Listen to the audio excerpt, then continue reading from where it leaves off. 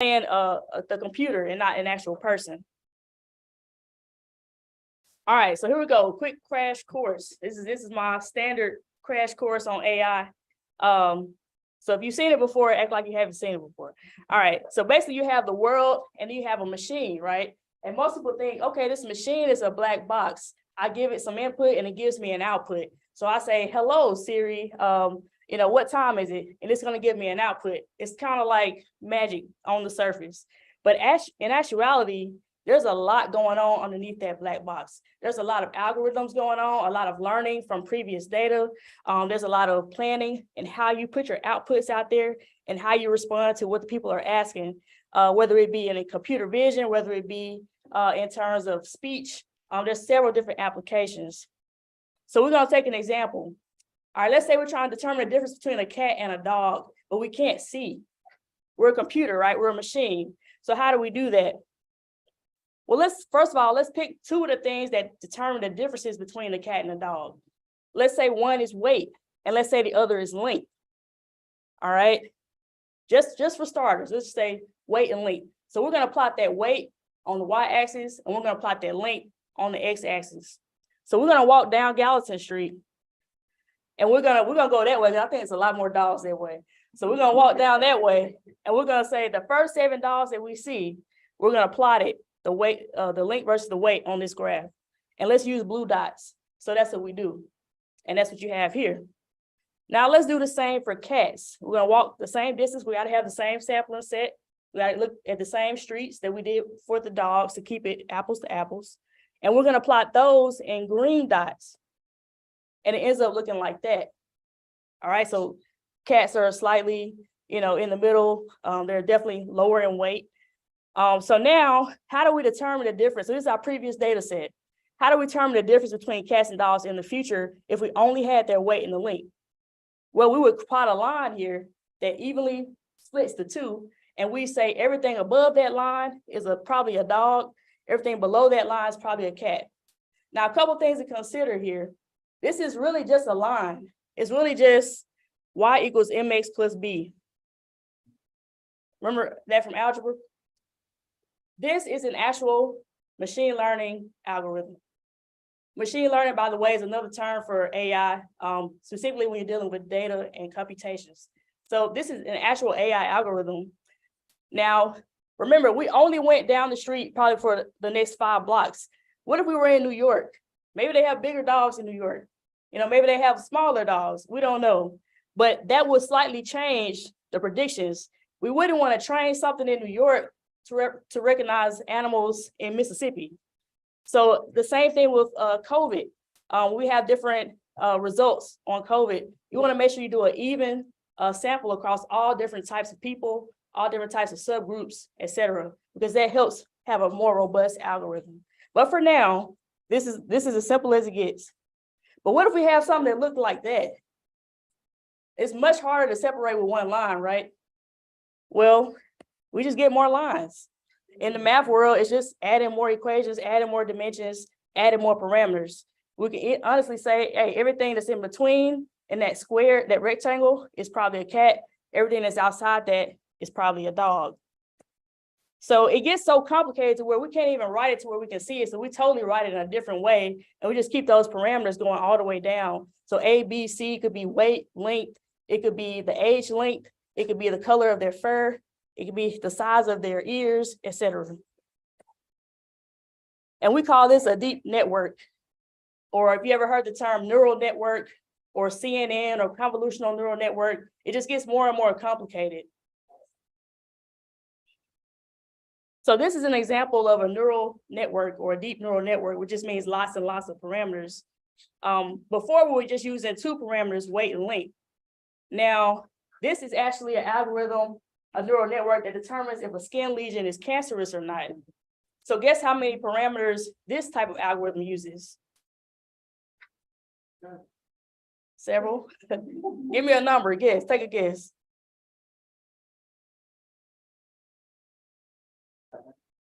Said 7, 15.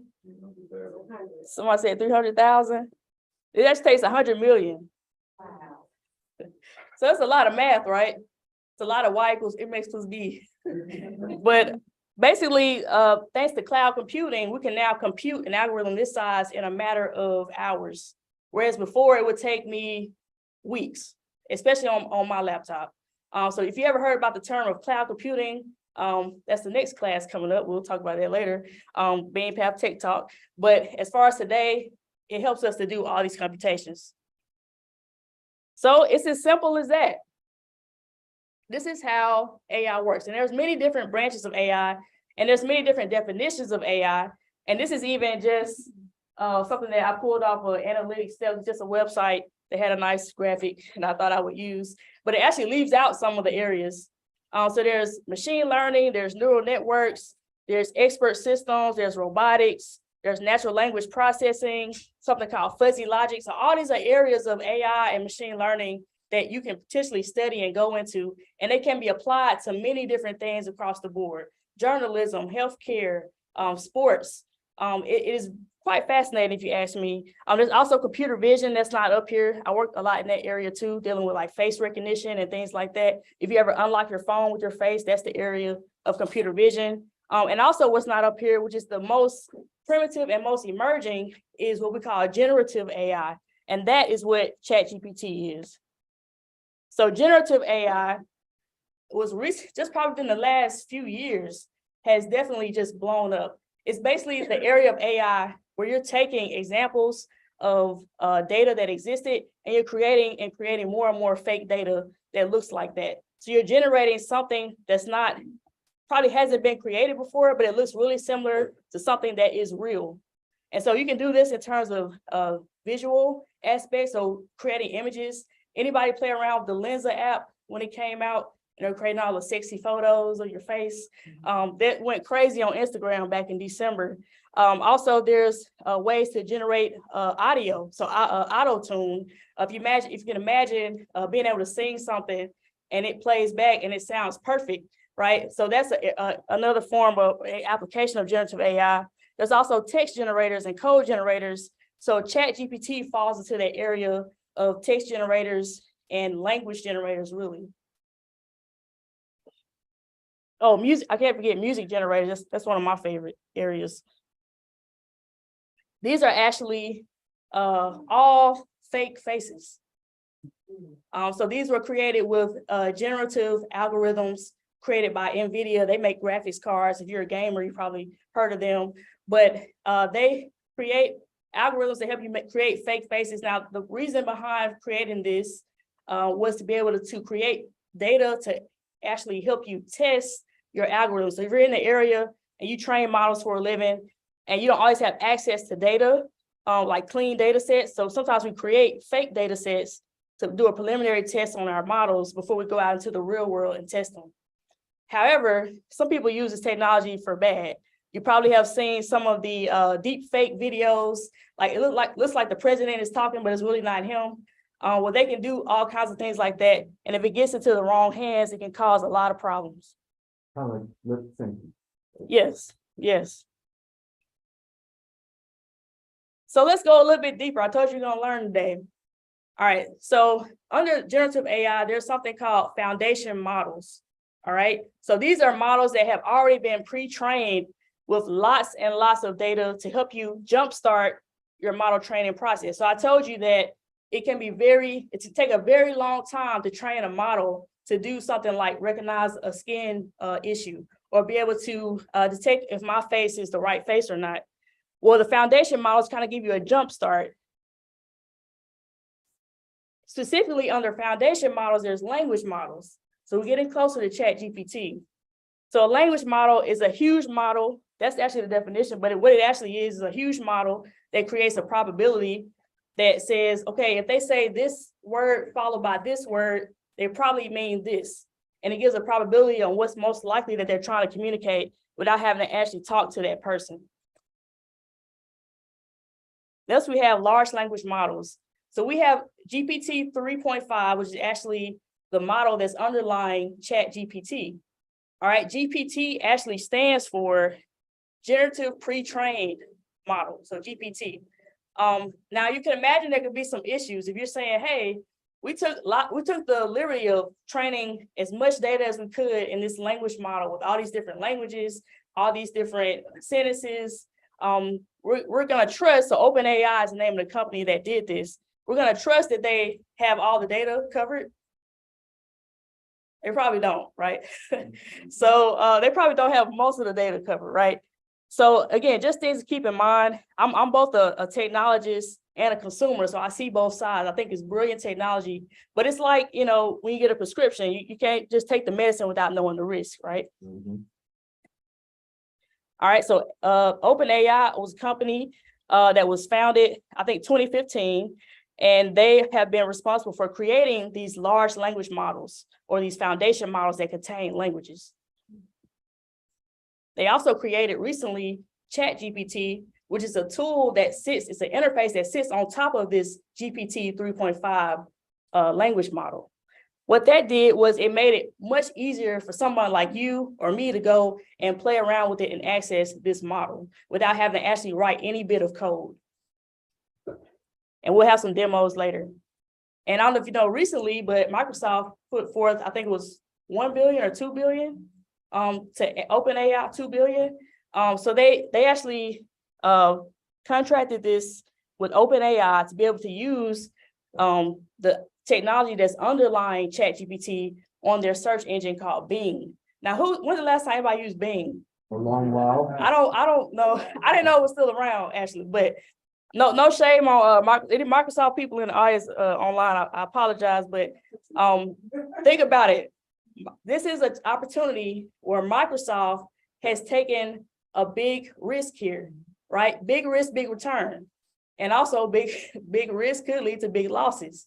All right. But if you're in a position as a company and you're trying to really move your product ahead, you got to take a big risk. And that's exactly what they're doing in the midst of many layoffs and things like that. Like right now. Yeah. And so, and lots of big tech companies are in the middle of the layoffs too. But I think we also have over 1 million users for ChatGPT, the actual tool. So they were actually pretty smart. Let's take a step back and think about this from a business perspective of OpenAI. They did not sell their company to Microsoft. They licensed the technology. All right, so they still get paid for that, and they can still continue operating as a company. They actually have ChatGPT now where you have a paid version. I think I don't know what it costs per user. $20, yeah. So they're making money off of that, and they're making money off the license fee. You know, probably in the past, most people would have just sold their company to Microsoft, but I think that's a very smart business move. And I also want to just, again, the whole reason why BeamPath exists, because we want to bring knowledge about these technologies and tools to the everyday person, especially the everyday person here in Jackson, in Mississippi area. So understand that if you understand the model and how it works, you can create a company that has an idea and takes this initiative. And then you create a tool that allows people to use that underlying technology, whatever your idea is. And then you apply it to something, whether it's teaching, or I mentioned journalism and sports. That's exactly what OpenAI did. And then you find the right target market and you provide access to those people and you help them solve a problem that they deal with every day. So I just want to get you all thinking about, it's not just that you have to know how to use the technology. You don't have to know how to code in order to create a tech company. Many people have done it. Actually, most of the people who lead tech companies are not even technical. They haven't even finished college. So keep that in mind. So we know that the reach of AI and machine learning is growing. This article is actually pulled from, I think it was OEDC, and it says that global spending on AI-based technologies will reach $204 billion by 2025. 50% of executives say that AI would transform their organization, and that AI plays a very important role in every part of the organization. However, we want to make sure that with the growth of AI, that we want to make sure we use it responsibly. So I've been in the AI industry for almost 10 years, and I can tell you that as technologists, when I put my technologist hat on, we just want to do cool stuff. Like we're coding, it's like, oh, this is so cool. And we're just gonna keep going and keep going because we're not thinking about all the implications and how this may interact and help or harm people. Well, at least a bad technologist doesn't think about it, but a good technologist should. And so thus, you know, we have to think about those things. Now, in terms of ChatGPT, there has it's very useful in many ways. So one is coding. You can actually put in prompts into this chatbot and it can say, okay, copy and paste my code. Hey, I got a bug in my code. I need you to fix it. And it can actually fix it. People have actually been using this on technical interviews. So when they're in the interview, since everything is remote now, and you're just over a computer, people are like getting the question from the recruiter and they're going in ChatGPT and like finding the answer and then pasting it into the blanks. So there's a lot of concerns. However, if I am coding as a software developer, I spend a lot of my time just Googling the problem. How do you fix this problem? How do you fix this error message? And I use a search engine like Google, and I pull up something like Stack Overflow, one of those websites that helps me out, and I get the answer. So it's really no different than using the ChatGPT. It's really just another search engine to me. All right, there's also another use case in terms of summaries. So you can literally like paste an entire book if you want. Well, they do have a character limit, but you can paste an entire paper, a white paper, into ChatGPT, and it can basically summarize the entire paper for you within like 5 lines, or you can tell it how many lines you want it to summarize it, and it will do it. Think about how that can help some people write some book reports. Okay, it used to be Cliff Notes. Now it's ChatGPT. What's your experience with the quality of the summaries? So I do see errors, but there are ways to tweak what you type into the search, almost like you hack the Google search engine in the fields what you type in, and be able to get more accurate results. And so now people have been developing papers on how do you type in the right thing into the search prompt for ChatGPT. And it's a whole like study on it now. This thing just came about a few months ago and they already got papers on it. Also for planning, I'm going to show you an example of what ChatGPT told me I should do on my week-long vacation coming up. There's also a creative aspect to it. So I showed you all the movie. At the beginning, we showed a couple of minutes of a very intense and funny movie that was totally directed by ChatGPT. The script was written by ChatGPT. The camera angles were written by ChatGPT. They also use another technology called DALL-E, DALL-E, which also was created by OpenAI. But there's a lot that you can combine in order to do that. Now, the art world is not as enthused about this, right? Because especially if you think about Lensa AI, when it was creating all the sexy videos of the faces, so people are saying, well, hey, is that going to lead to art being taken out of the schools because everything's computer generated now? So again, a lot of people have mixed feelings about it. Oh, go ahead. Plagiarism too. Plagiarism, exactly, and I point that out a little bit later as well. Artists seem to be. Share my screen over there.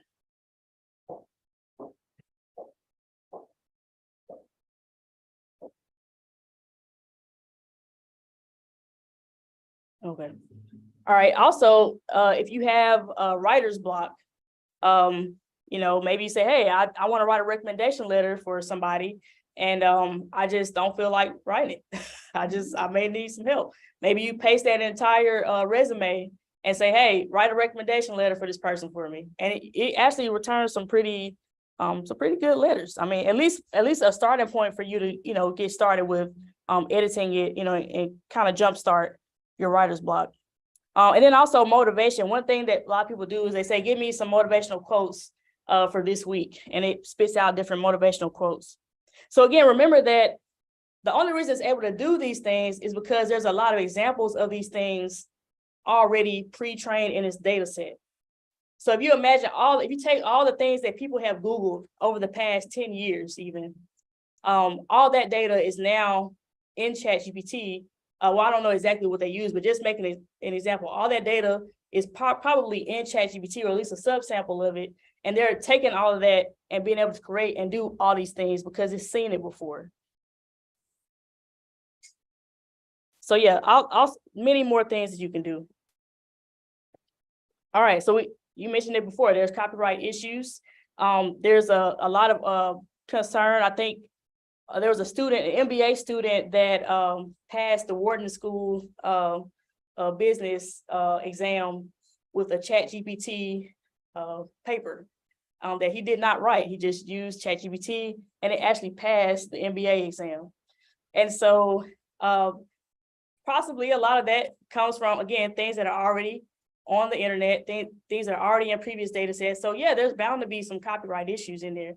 So those are big concerns. And then remember now, each one of these concerns brings about a brand new area that somebody has to solve that problem. So if you're in the legal field, maybe this is something that you want to go into. We already talked about accuracy issues. I can show you a couple of examples when we get to the demo. Also biases, you can imagine, they haven't trained some of the data on certain types of people, etc.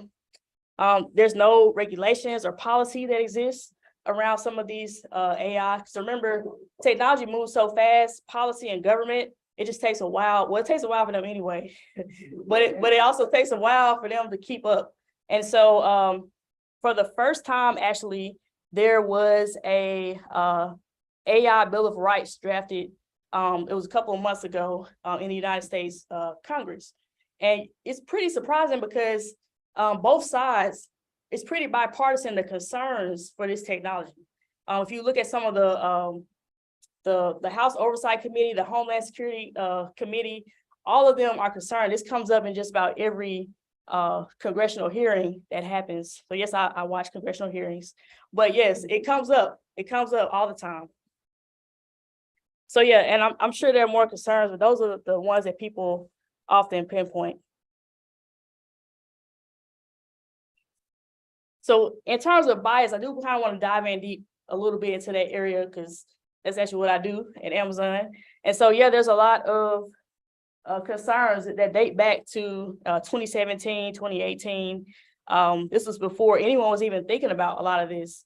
And actually, the European Union has really made a lot of strides in creating policy and government around these things. There's something called the GDPR, or the Government Data Privacy Act. So if your data is already trained in some of these algorithms, which none of us probably agree to, you can have the possibility to sue and get your data out of that algorithm. We just don't have that. And then again, that's also very technically hard to do.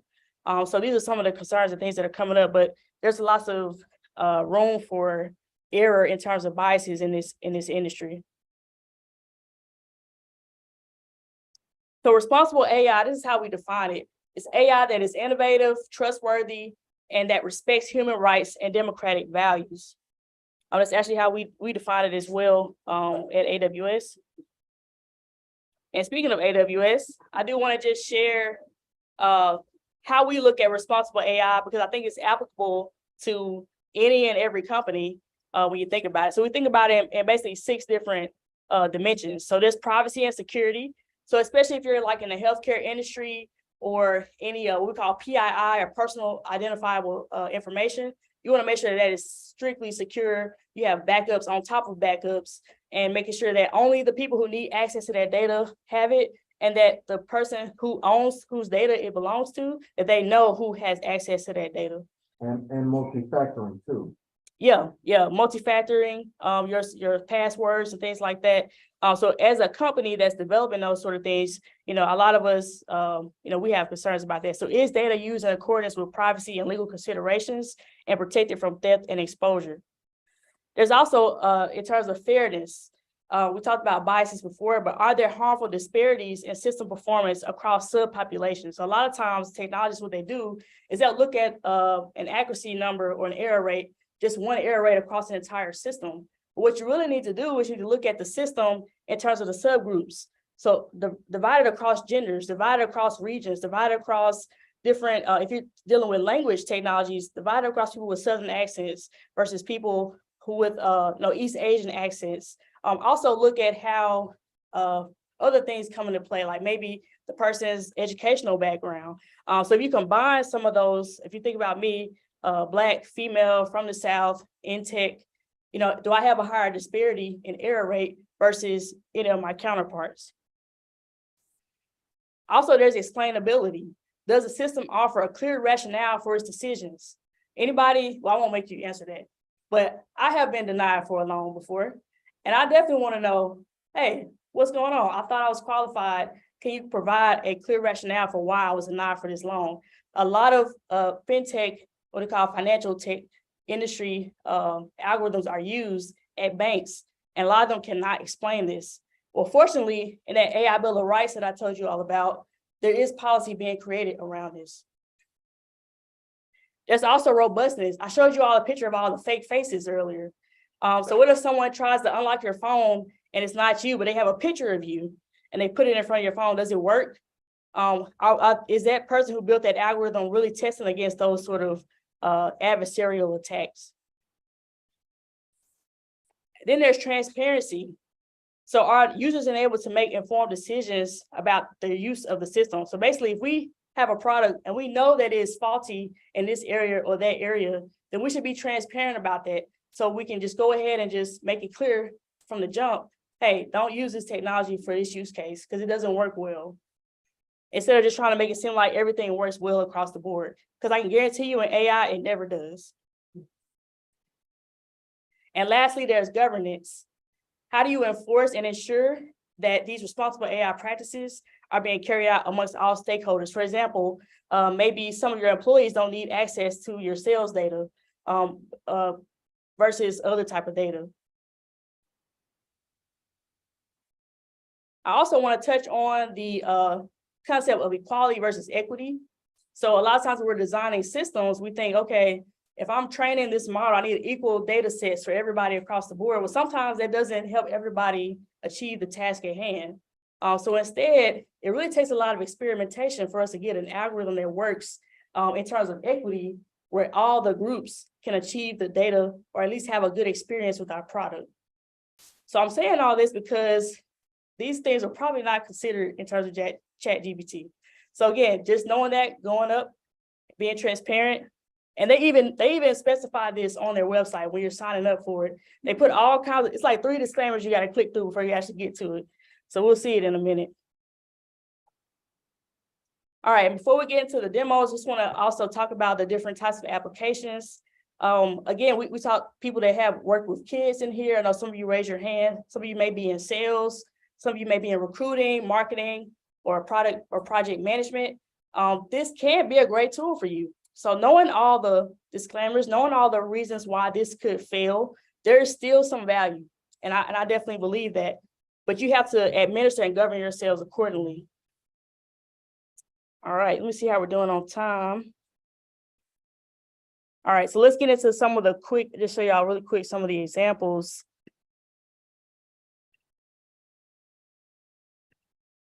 So I did mention DALL-E 2, which is also created by OpenAI, and hopefully you all can see this too. But so this was not, so ChatGPT being under that language category of generative AI, DALL-E 2 is under that visual category of generative AI. So in this example, we can pretty much type in any text and it will create an image automatically for that. So anybody would like to volunteer what we should write here to create an image? So I need a noun, just a random noun, anything. What website again? This is DALL-E 2. So openai.com/DALL-E-2. Moon. All right. Moon. Hold on 1 second.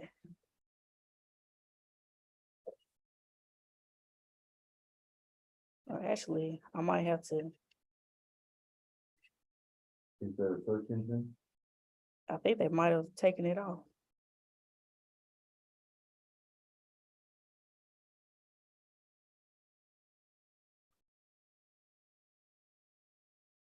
Okay, maybe they changed it since this morning. No. All right. All right, we'll just use what's on here. But then we'll get to the ChatGPT. All right, so let's start with a bowl of soup. It's kind of chilly outside. Start with a bowl of soup. We'll say that looks like a monster. Okay. And we'll say spray painted on a wall. There you go. So all these are AI generated images, generative AI. So it's taking the text and it's using different characteristics about art, and it's using that to actually create these images. Go ahead. Based on those three characteristics, right? Yeah, yeah. And there's a search engine you can actually type in what you wanted to draw. And that's what the technology is basically based on. So I wanted to show you all a visual example of that, which you can actually use with ChatGPT. So, all right, so here's, this is actually my ChatGPT account. They also have an app, I believe, that you can download now, and just type in different prompts in there. So, I started, it's almost Valentine's Day, so where to meet singles. All right. Oh, hey. So to be specific, that's exactly it. You got to be specific if you want to. It basically helps the algorithm. So what it says is there are many places where singles can meet, including social events, clubs, and organizations, online dating websites and apps, and through mutual friends, which is actually, I think, the best one. But some specific ideas might include joining a sports league, signing up for a dance class, joining a hobby group, attending a festival or a concert, or trying out an online dating service. It's also important to open to meeting people naturally in your everyday life. They must know that I'm an introvert, such as through work, school, or volunteering. The key is to be proactive and to open new experiences and to not be afraid to put yourself out there. Okay. All right, okay. Go ahead, go ahead. Range out from there. So like I have put in, like I said, they gave me that, I'll put in make it short, or I'll put in sound like so-and-so. So it's really fun to just play around. Yeah, so we can actually try that. See if this one's still up. Well, actually, I'm gonna go with the in Jackson, Mississippi, because I'm curious. In Jackson, Mississippi.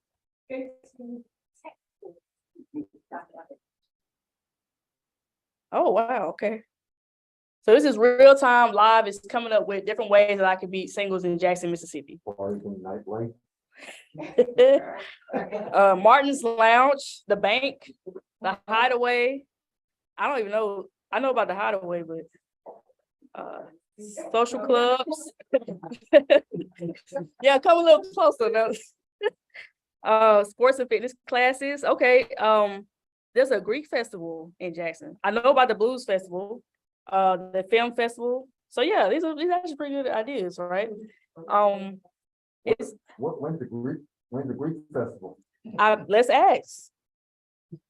When is the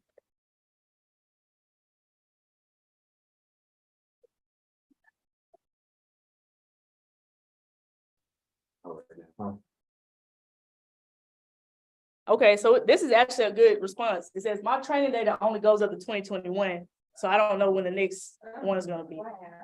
All right. Yeah, so that gets back to what I said. It's for them to create a chat bot that has all the data in the world, and I mean that it's just not possible. A couple other things I did. So I said I'm gonna take a week off and I want to focus on self-care. So I asked it to create a schedule for my week off next week for self-care and relaxation. So it said, sure, here's an example of a schedule. So Monday morning, you need to go for a walk or jog in nature. Afternoon, practice yoga or meditation. And the evening, take a warm bath with Epsom salt and essential oils. I kind of like that though, but it's not bad, So it talks about going to the sauna in here, visiting the museum. And if you actually put in a specific place where you're going, like maybe to Cancun, Mexico, then it will actually plan out those spaces and events and things for you that's going on in that particular area. Another thing I did here was, so I actually looked up the company that we sold to Amazon was called ParkPick. Now this one I didn't actually get right, so I had a whole conversation with it, asking about ParkPick, and I actually got the name of the company right. The idea behind the company, the start date was incorrect. The start date was slightly incorrect. the acquisition date was correct, but when I asked it who was the CEO of Park Pick, which is Jewel Burke Solomon, it said it was some lady named Jennifer Dreyer, who I don't even know who that is, and I don't know. So that's obviously wrong. And then I asked about, other people who was the CTO, which was me, and it says it was my COO, whose name was Jason Crane. So I think what ChatGPT actually encourages you to try to break the chatbot. So you can try to find the limits. Just remember there are limits. There definitely are limits to these things. And so for those of you who have your laptops out, there's lots of prompts, and I wonder is there a way we can send this link out? I want to put this link online so that you all can have it. But this has a list of chat prompts for teachers. It also has, this is actually my colleague of mine who used to work with me. Her name is Allie Miller.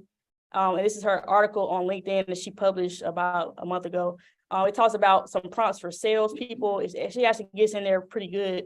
Marketing prompts. It also talks about, if you're a recruiter, some good prompts, like edit the job description. You want to create a job description to put on your website to hire someone. Product management. So summarize all the articles about recent trends in my industry. So that's a pretty good, way to use it. There's also for project management. You want to also, for example, summarize the meeting notes from a meeting. If you use Firefly's AI, sometimes we use it for our Zoom meetings, and it's just a long thing. It actually does a summary, but I would, encourage you to try to get the summary in ChatGPT if it's not sensitive information, just to compare the two and see which one does a better job. Put the AIs against each other to see who wins. But yeah, so it's a good article too. But yeah, I think in terms, so I can wrap this up, so I know we got a couple questions. Just as far as takeaways go, just remember technology moves fast, so let's bridge the gap. Again, some people, even though it's been trending in my world, some people still didn't even know what ChatGPT was in my community. So we have to fix that. Be in the know. Again, just knowing how the tool works, what it does, what the limitations are, that's all you need to innovate. You don't have to know how to build it. You don't have to know how to code. But if you do, that's great, because you do even more, right? Make sure you start somewhere, all right? There are so many tutorials out there. Just Google it. Ways to use ChatGPT for the film industry, for the healthcare industry. Make sure that you spur innovation. I'm challenging you all. Remember that tech is a tool. It's just simply a tool to help you do whatever it is you're trying to do. Make sure you find out the transparency. Any company that's very transparent about what works, what doesn't work, you can start to trust them a little. And just remember, last but not least, keep fairness and inclusion in mind. So that whole thing about responsible AI is not limited to AI. It's really something that should be applicable across any type of technology or any type of company. All right. Thank y'all so much.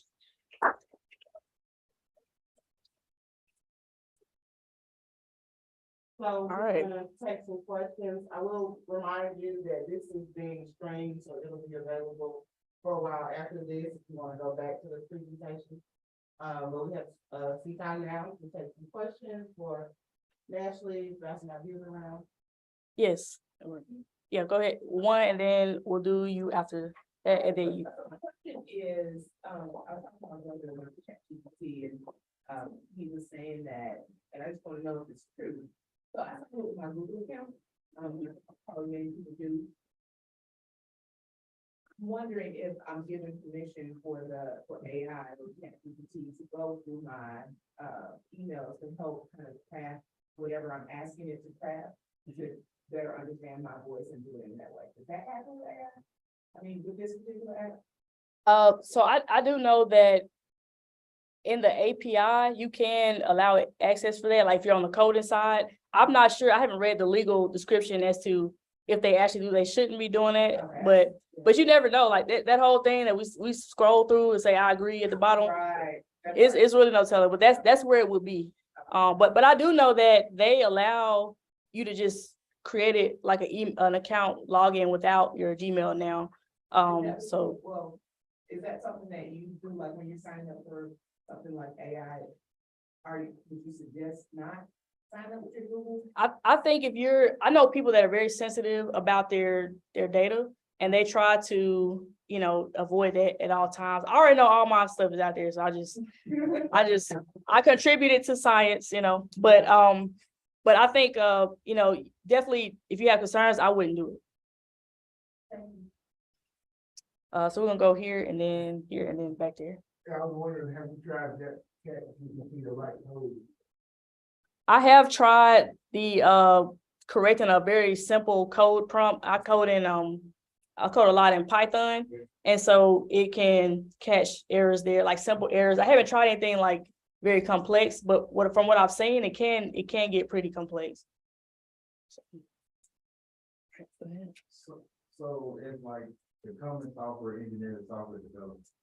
I can hear people saying this here's gonna wipe it out, but do you think people should, or software engineers, they should start focusing more on AI and not just regular, because just kind of like this the direction is kind of headed, in. Instead of just focusing on, just regular Python, just a regular web application, but. So in my opinion, AI is really in everything.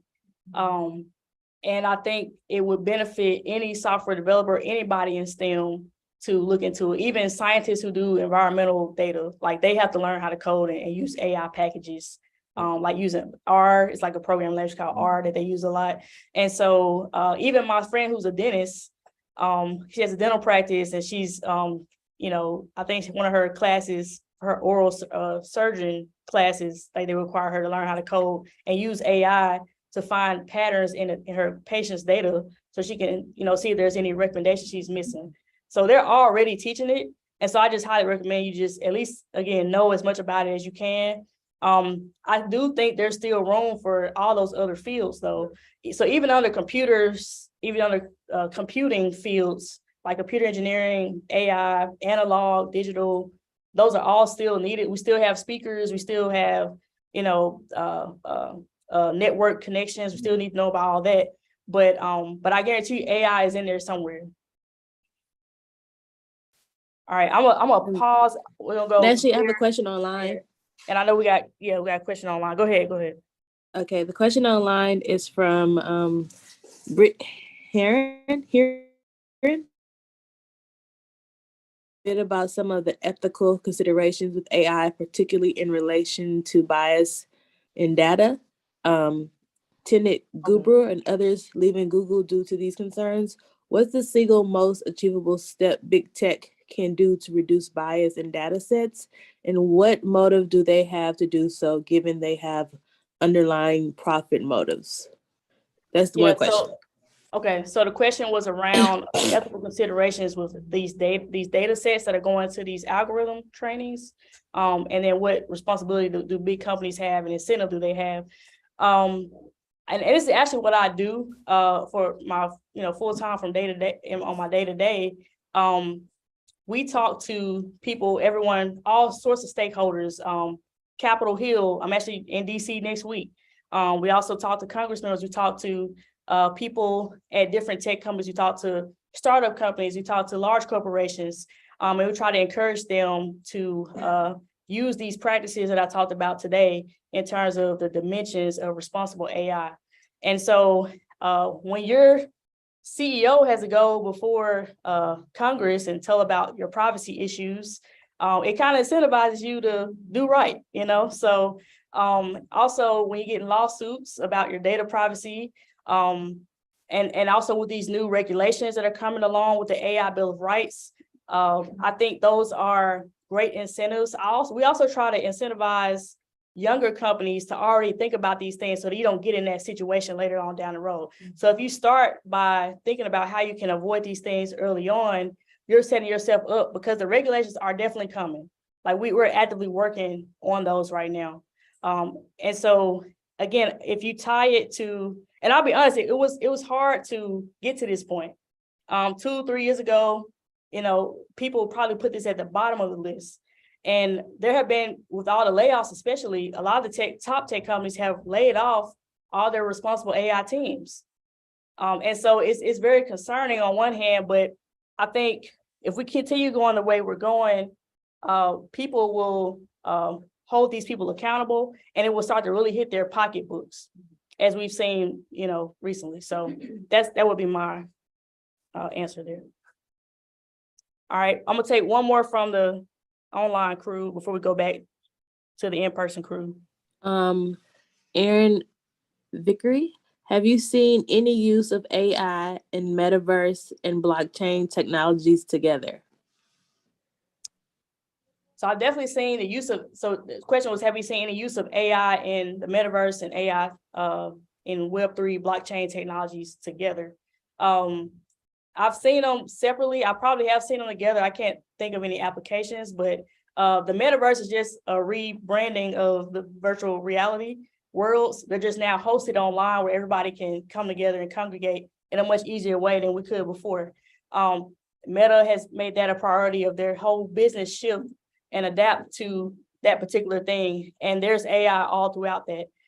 So it could be as simple as recommending which world do I want to, teleport to when I have my goggles on. So that's what people are doing. I actually went to the club one night in the metaverse, met up with some friends, it's like, that's what people are doing. So I think also in terms of Web3, so basically that's like the blockchain technology is like making sure that where you send the data is actually where it's going, and then it actually receives it and it sends a confirmation back saying, yes, I got it. That's really all blockchain is. And so it's just a more encrypted way to send and transfer information. A lot of people use that for many things like transferring currency, selling products, Web3, also purchasing artwork in terms of NFTs. So it can go all across the board. But specifically together, I can't really just pinpoint anything off the top of my head. All right. I think we had a question in the back. It's a copyright question. Uh-huh. The goal of suit you created, the art, Yeah. who owns the rights? Do you own it or do OpenAI own it? That's a good question. So currently they own it, but so this is the whole, we're in entanglement right now. Right? So we don't know.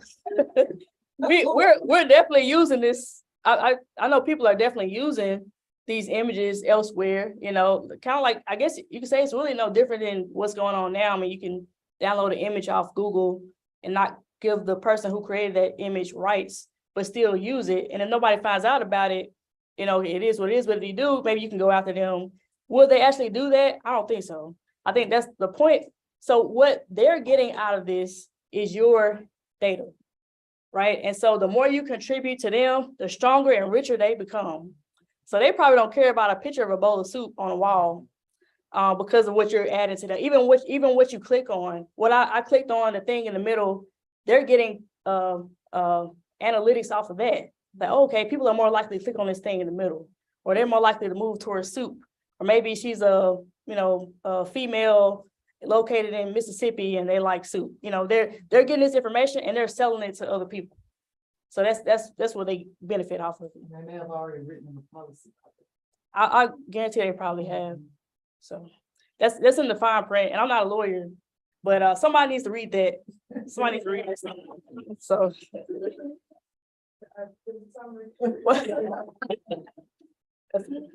All right, who else? Okay, go ahead.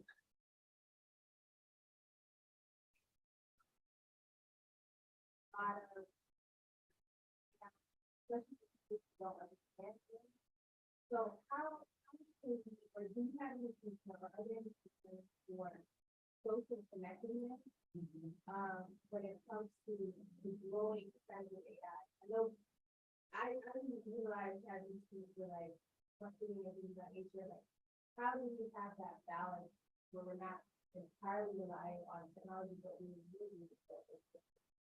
That's a good question for you all to unlock the solution to.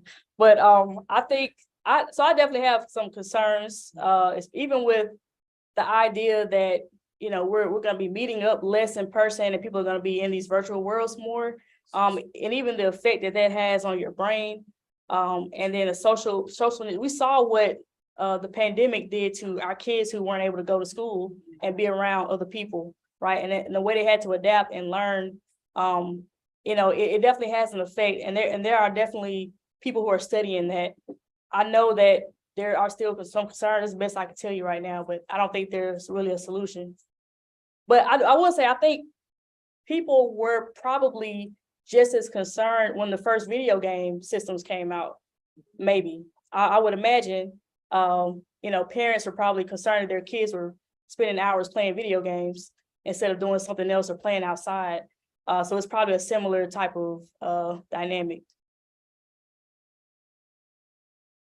Yeah, for Amazon Web Services, AWS, are you familiar with S3? S3 buckets. Yep, Mhm, S3 Enterprise buckets. Yep. How can you strengthen the security of it even more? So in particular, this is my AWS pitch. We have some very lovely services, cloud services that you can use to protect your data. S3 is one of the tools that you use to store a lot of data. And actually, a lot of people who train models use AWS. It's actually the biggest cloud out there. It has the most customers out of the other options out there.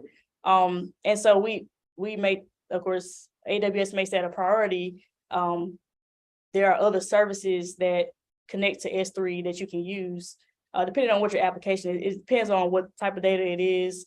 Also, RDS or relational database services, it already has the security built into it. But S3 is very secure. It's actually hard for you to get into your own system if you don't know what you're doing. So you can get easily locked out. But I would vouch for it just because I know I'm close to that. Okay. But yeah. Thank you. Go ahead. I was curious, when you're interacting with ChatGPT, the way you're demonstrating, does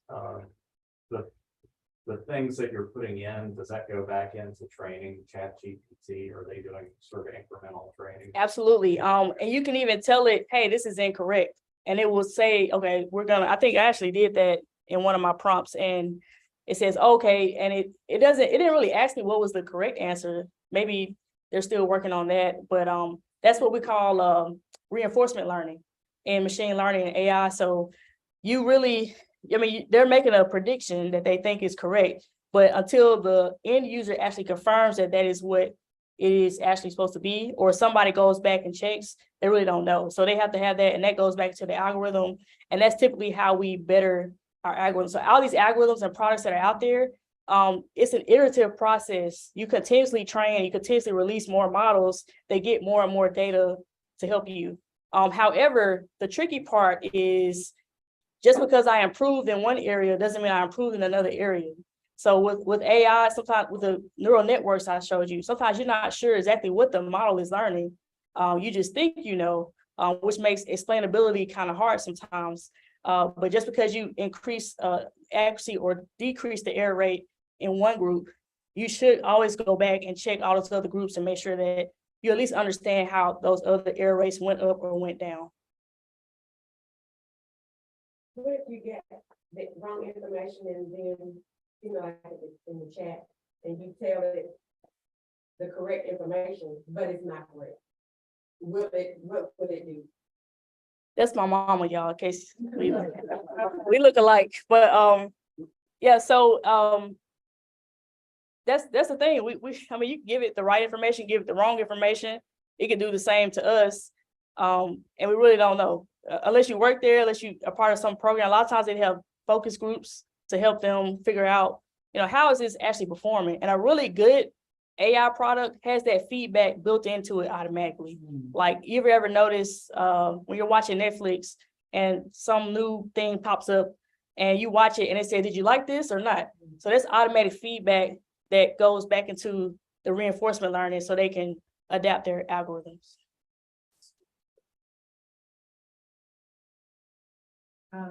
As a high school teacher, I am, and I'm an English teacher, so I'm definitely big on using your own brain. But I do understand that edible source is out there. So I know you talked about the pros and cons of this. I'm trying to see because of course, I'm a YouTube University student as well. So I've been watching the videos on how to use it because I think children still need to be exposed to it out here. But at the same time, as a teacher, I'm kind of torn. So I guess I don't know. Yeah. So so she said she's a teacher and she's kind of torn between the technology, but also wanting people to use their own brains. I think with students, you do want to teach them to use their own brain. So we teach them how to, add and subtract before we teach them to use a calculator. I think they still do it that way, but you want them to at least know what's behind it before you give them the tool. So this is just a tool, but hopefully, they're still getting taught the fundamentals. But just because I have a concern with a lot of the schools banning the technology. Anytime you ban something, it just makes people want to do it even more, right? So instead of like banning and like, kind of pushing people away, like we want to kind of do the opposite. I want to encourage them to use technology, but understand how it works, but also teach them that, okay, you still need to know how to do these things on your own, because you may not always have access to this. But think about what you can do with your brain plus the tool.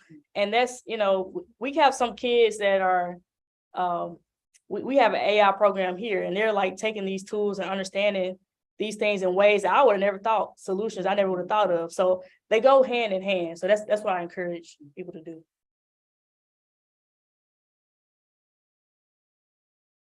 All right. Any more questions from you all, Ada? Nope, we're good to go. Okay. All right. So I guess we can close down. I also share this link. I'll stick around as well. Anybody want to play around with it, or anybody got questions? Let me just put. Where did you share the link? So I just put it in the in the Zoom chat, but I also have her email it out to everybody as well. So So we need a big favor from everybody. You all got this beautiful business card when you came in. Look on the back, there's a QR code. Scan that. Going to take you to a page. And at the top, there's a survey. This is old school AI. We need your feedback. We need your feedback. Very short survey. Just let us know how you enjoyed today. If there's other programming that you would like to see here, you take the time and quickly do that for us. We greatly appreciate it. and for those online, we'll make sure we send that link out or put it in the chat as well. Awesome. Well, thank you all. I'm signing off now. And I'll be around in person still. Thank you so much. All right, thank you. Before you go, I want to make sure we introduce our Bean Path team members always. And all right, we have a neat